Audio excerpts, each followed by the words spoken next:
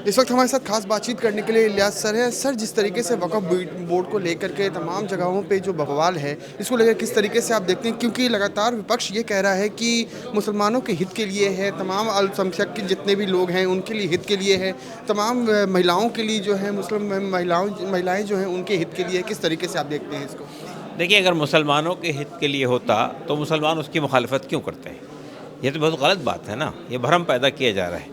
देखिए, वक्फ जो amendment act है वो बुनियादी तौर पे वक्फ की प्रॉपर्टी को गस्ब करने के लिए, हड़प करने के लिए, बर्बाद करने के लिए लाया गया है। उसमें जितने अब तक के वक्फ को सेफगार्ड करने के लिए प्रोविज़न लाए गए थे आज़ादी के बाद से, उन सब पर पानी फेर दिया गया है। और ये अगर ऐसा होता तो 5 करोड़ मुसलमानों ने ईमेल से अपनी राय दी। उसके बाद जेपीसी के बाद सामने मुसलमानों ने अपनी राय पेश की, तमाम मुस्लिम ऑर्गेनाइजेशन ने पेश की, मुसलमानों के जितने शेड्स ऑफ ओपिनियन सब ने पेश की, किसी की बात को कंसिडर नहीं किया गया। उसके बाद आप कहते हैं मुसलमानों के हित में, गलत बात है, झूठी बात है और लोगों को गुमराह करने की बात है। वक्फ की प्रॉपर्टी जो है वो किसी की ज़ाती मिल्कियत नहीं है। वक्फ की प्रॉपर्टी लोगों ने अपनी ज़ाती मिल्कियत को अल्लाह के नाम से वक्फ किया है। मस्जिदों के लिए, कब्रिस्तानों के लिए, दरगाहों के लिए, खैराती इदारों के लिए, मदरसों के लिए, चैरिटेबल कामों के लिए वक्फ किया है। वो उस पर कब्ज़ा करने की कोशिश की जा रही है। सो ये कहा जा रहा है कि वक्फ बोर्ड जिस पे हाथ रख देता है वक्फ की हो जाती है। वक्फ बोर्ड देखिए, वक्फ बोर्ड को जो प्रोविजंस दिए गए हैं वैसे ही प्रोविज़न दूसरे हिंदू एंडोमेंट्स को भी और सिख एंडोमेंट को भी दिए गए हैं। कोई अलग से प्रोविज़न नहीं दिया गया है, लेकिन आप उसको सब रिप्लेस कर रहे हैं, ख़त्म कर रहे हैं। आप जो हैं उसके अंदर दूसरे समुदायों के लोगों को ला रहे हैं। वो जबकि आप ये काम गुरुद्वारा प्रबंधक कमेटी में नहीं करते, ये काम हिंदुओं के जो अलग अलग एंडोमेंट्स हैं उसमें नहीं करते, तो आप मुसलमानों के मामले में क्यों ला रहे हैं इसको? तीसरी बात ये कि उसके अंदर आपने जो यानी वक्फ बाय यूज़र था उसके क्लॉज को ख़त्म कर रहे हैं। आप जो है लिमिटेशन के कानून से उसको ख़त्म कर रहे हैं, एग्जम्पशन जो था। तो इसमें तो जितने प्रोविज़न 44 प्रोविज़न लाए गए हैं वो सब के सब वक्फ एक्ट को कमज़ोर करते हैं। और वक्फ एक्ट को और उसमें से ट्राइब्यूनल के स्ट्रक्चर को ख़त्म कर रहे हैं, कलेक्टर को उस पर जिम्मेदार बना रहे हैं।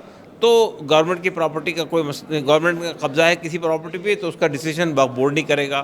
तो ये क्या मतलब हुआ है इसका? उसके बाद आप ये कहते हैं कि मुसलमानों के हित के लिए है ये बिल्कुल गलत बात है, झूठी बात है। अब आप लोग की तरफ से, तमाम मुस्लिम समुदाय की तरफ से किस तरीके का रिएक्शन आगे होने वाला है? क्योंकि लगातार इसको लेकर के भी कांग्रेस पार्टी भी कहती है कि उनके हित के लिए नहीं है, उनके साथ भेदभाव हुआ है, और जिस तरीके से 3 तलाक को लेकर के भी हुए थे वो कहीं ना कहीं विपक्ष ये कह रहा है कि उसमें काफ़ी ज़्यादा अच्छी अच्छी चीज़ें हुई हैं। 3 तलाक को भी लेकर के कहा था उन्होंने। तो किस तरीके से आप देखते हैं आगे की आप लोगों की क्या रणनीतियाँ रहने वाली हैं? देखिए, 3 तलाक के मसले पे आप औरतों से बात कर लीजिए कि वो उनके पक्ष में है या उनके ख़िलाफ़ है।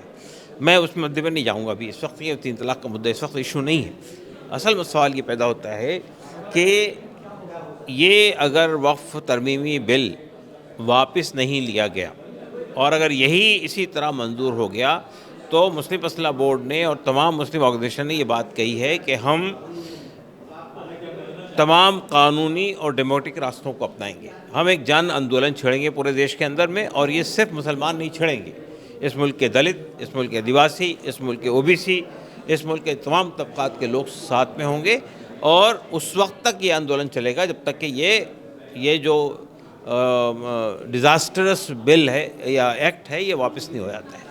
सर, एक सवाल ये भी, आपने आंदोलन की बात कही, कई आपने देखा कि किसान आंदोलन भी हुए, कई तमाम तरीके के आंदोलन होते हैं, लेकिन सरकार इस पे चुप्पी साधी रहती है। तमाम कोर्ट पे कई सारे केसेस ऐसे जो हैं जो पेंडिंग पड़े हुए हैं। जिस तरीके से ये वक्फ बोर्ड को लेकर के आपने कहा कि आंदोलन करेंगे, तमाम जगहों पे आंदोलन होंगे लगातार इसको लेकर के, तो क्या लगता है कि आपके इस आंदोलन से सरकार पे इस पर इम्पैक्ट पड़ेगा, या कोर्ट पे जिस तरीके से आप लोग जाएंगे वहाँ पे जो आपने जो बातें जो सामने रखेंगे, क्या लगता है कि कोर्ट इस पे संज्ञान लेगा? देखिए, बिल्कुल लेना चाहिए। एक डिस्क्रिमिनेटरी लॉ लाया जा रहा है, तो अदालत को ये देखना चाहिए कि एक डिस्क्रिमिनेटरी कानून अगर बनता है तो उसके ख़िलाफ़ कार्रवाई होनी चाहिए। तो हम तो समझते हैं कि अदालत हमारी बात सुनेगी।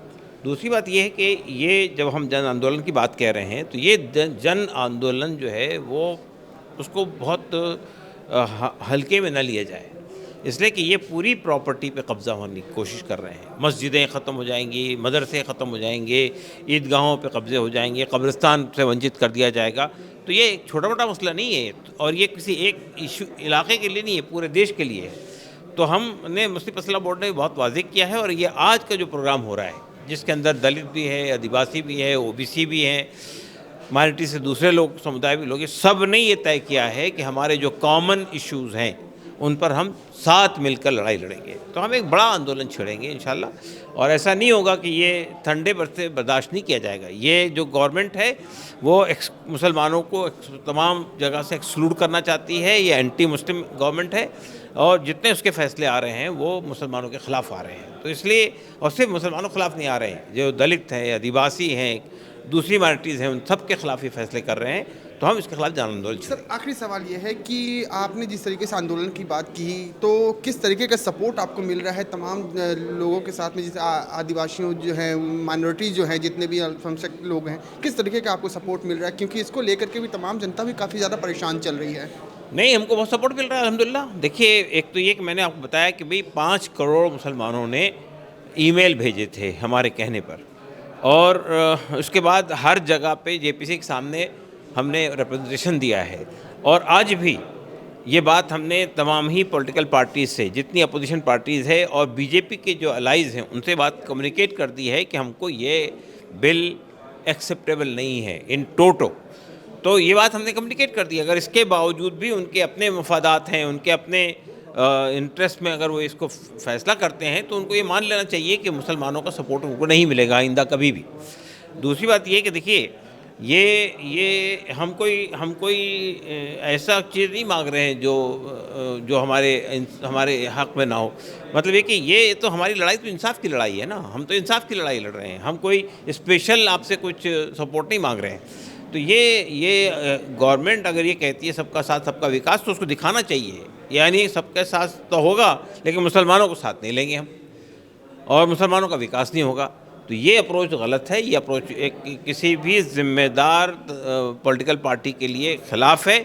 अगर आप देश का यानी गौरव ख़त्म करना चाहते हैं, और हमारे देश की जो विशेषता थी कि सब जितनी सभ्यताएं हैं, जितने कल्चर हैं, जितनी लैंग्वेजेस हैं, जितने धर्म हैं, सब साथ साथ चलेंगे, डाइवर्सिटी रहेगी देश के अंदर। अगर इस डाइवर्सिटी को ख़त्म करने की कोशिश की जाएगी, तो वो देश के हक़ में भी सही नहीं होगा और उस पार्टी के हक़ में भी सही नहीं होगा। बहुत बहुत शुक्रिया। तो जैसा कि जिस तरीके से सर का कहना है कि वक्फ बोर्ड को लेकर जिस तरीके से बवाल जो है अभी है, तो कहीं ना कहीं मुस्लिम समुदाय के लोग, अल्पसंख्यक लोग जो इतने भी हैं, सभी लोग काफ़ी ज़्यादा सपोर्ट में भी हैं। इसको लेकर के भी जन आंदोलन भी करेंगे। अब देखने वाली बात होगी कि ये आंदोलन से सरकार पे किस तरीके का इम्पैक्ट पड़ता है, और कोर्ट में जिस तरीके से अगर ये कोर्ट पे जाता है तो इस कोर्ट किस तरीके से इसको देखती है। वीडियो जर्नलिस्ट बलवंत के साथ अभिषेक आनंद, मुंसिफ टीवी, दिल्ली।